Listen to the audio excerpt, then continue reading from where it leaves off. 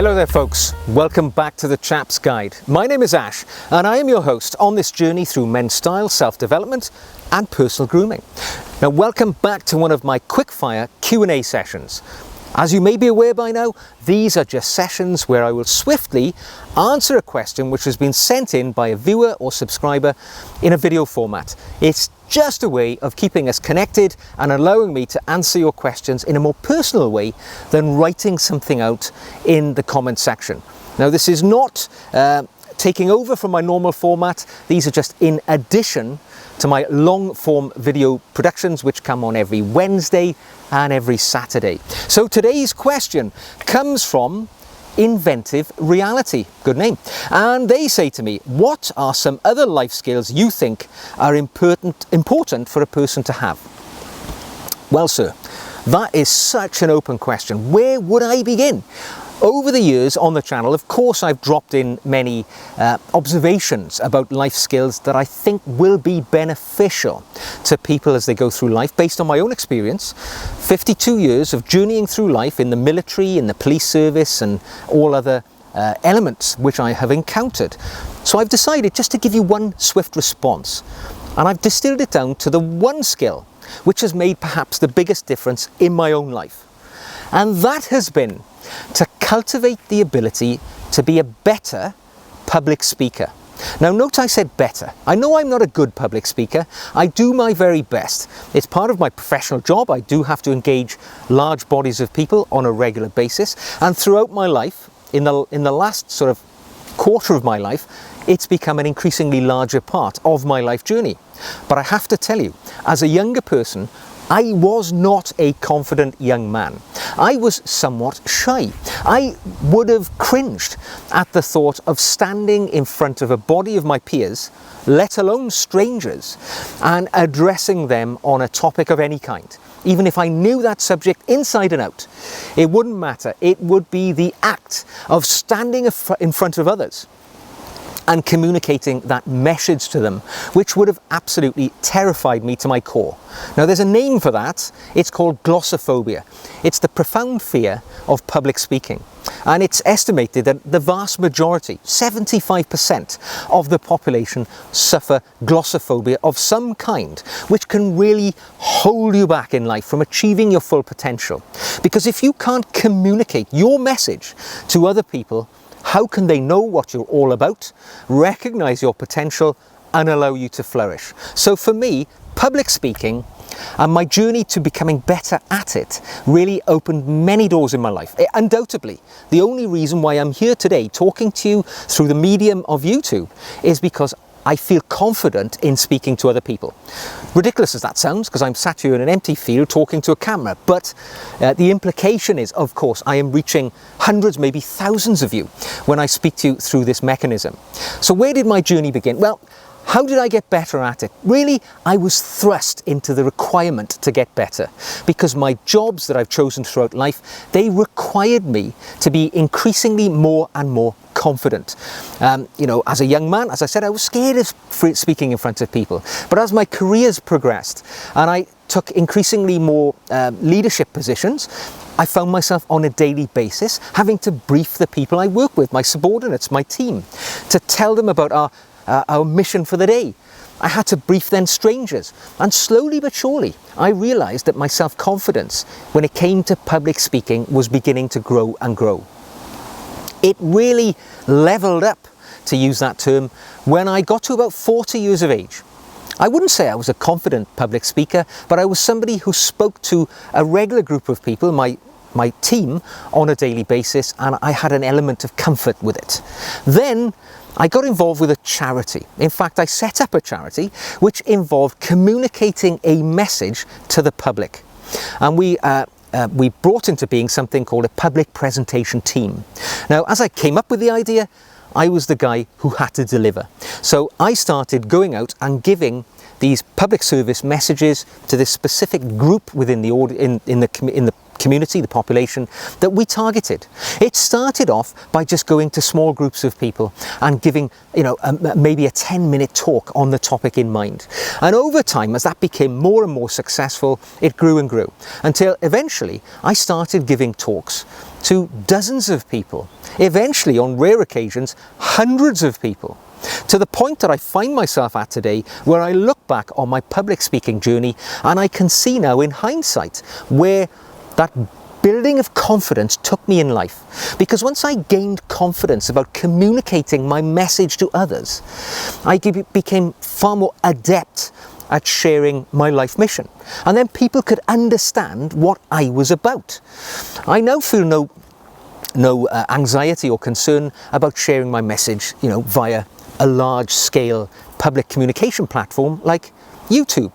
But also I frequently go on the radio, I've gone on the television, I've addressed international conferences of the very highest level of severity or importance over the years, because as my confidence has built, but I've worked at it.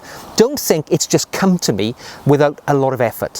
When I was starting off, I realized what I needed to do was build that skill level. I went on a mission. I must have bought a dozen books on public speaking, learned little bits all of the time, finessed my technique. I finessed the presentation I was providing. I made sure that the PowerPoint or the keynote slides that I deliver to people are the very best that I can ever deliver. That way, the material that I'm working with is equal to the package that I bring with it, my public speaking skills. And I'm very critical. If I see a video of myself speaking, which is an important part of your learning journey, video yourself speaking and critique yourself and look at ways that you can improve your presentation. I'll give you an example. I'm sure that any British viewers will know I have a regional accent, all right? I was born in Wales. I am Welsh, despite the fact I have lived in England for many, many years, but I have a distinctly noticeable Welsh accent. And the Welsh accent is a very noticeable accent. It has lots of slang, lots of, nuances, which people, certainly other Welsh people, know you're Welsh straight away. Over the years, not that I'm not proud, I'm absolutely not ashamed of my accent, but what I've done, I've tailored my mechanism of speech to my audience. Because if I used the regularly used slang from the part of the UK where I come from, I know that the majority of my audience wouldn't understand what I'm saying. So I've amended my vernacular in the way that I speak to make sure that my message lands with the audience. Always looking to improve. Once you've acquired that skill of public speaking, you'll be amazed at the doors that open. Suddenly, things like job interviews, where people are frightened to go in there, they've got anxiety and performance fear hanging all over them. If you know you can speak well and communicate effectively, that's one less thing to worry about. You can take that away from your package of anxiety, and that fear that you have becomes more manageable. When it comes to communicating a message, for me, I was selling a charity. I wanted people to come on board with us, to share our message. And I felt no qualms about accepting invitations to speak in global conferences.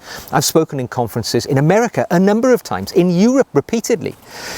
In 2017, I even addressed the United Nations Public Service Forum in The Hague in the Netherlands. It was by far the most prestigious and distinguished event that I ever addressed. I addressed a room full of world leaders, ministers from all over the world, different countries. And there was me, a representative of a modest-sized charity from the United Kingdom, holding no public office as such. I was merely a volunteer. Yet, I was able to communicate well to the people in that room because my public speaking skills were well honed, prepared, and I was able to send my message across this room to the people who were the receptors to the message I was transmitting.